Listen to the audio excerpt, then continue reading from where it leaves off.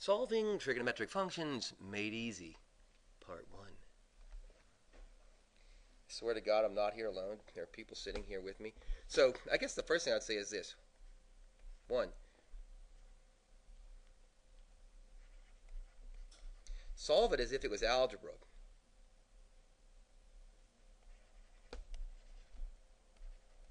Because it kind of is. 2. This goes away from number 1, but have your unit circled.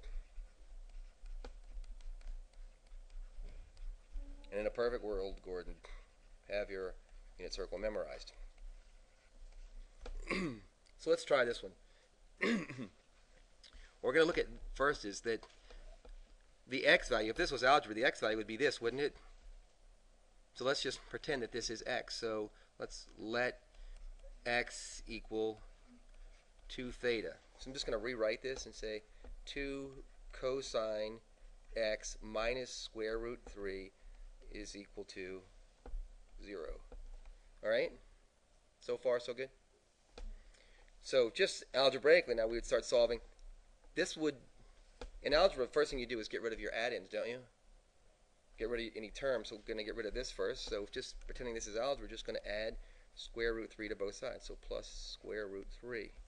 When you do your homework tonight, I'm going to make sure it looks as much like this as possible so you can use this technique. So far, so good? And we're just going to pretend that this is, Gordon, that this is 2x instead of 2 cosine x, right? So to get rid of the 2, we would just, we just, good, divide by 2. We have our English scholar providing us some support today. So now we have cosine x is equal to square root 3 over 2. So I think algebraically this is as far as we can go, isn't it? But this is most of the problem solved, I think. Now I hear people go into their unit circle, and that's exactly what you do. What you want to ask yourself is, which angle has cosine of square root 3 over 2? So all I'm going to do is I'm going to go to the unit circle, and where did you get to? Right. Right? Because here's the argument. This is, x is the angle, right? So if x is the angle, that angle would have to be pi over 6, wouldn't it? Is there another one?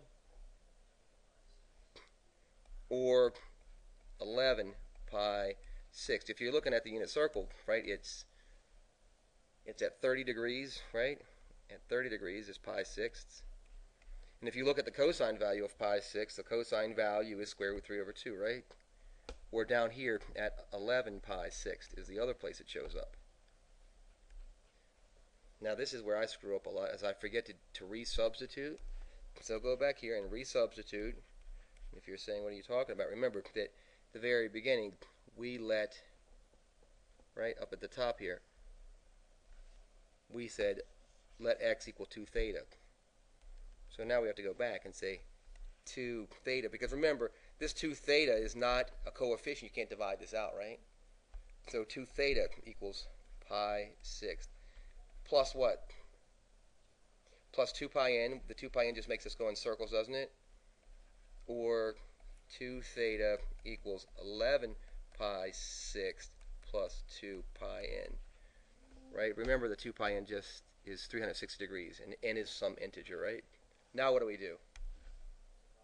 Yeah, now divide by 2. So divide all this by 2. You know what? Instead of divide by 2, if you don't mind, I'm going to multiply by 1/2. It's just easier for me. So multiply this whole thing by 1/2. And we get theta equals pi 12ths plus, right? 2 over 2 is 1, isn't it? So plus pi n. Isn't that right? Or theta equals 11 pi 12ths plus pi n. Is that all right? So just going back and saying how we did this, first thing we did is we just set this thing up as an algebra problem and just started looking at this as if it was algebra first. Where thinking about the fact that what we're trying to get to is this thing right here. We're trying to solve for this value here.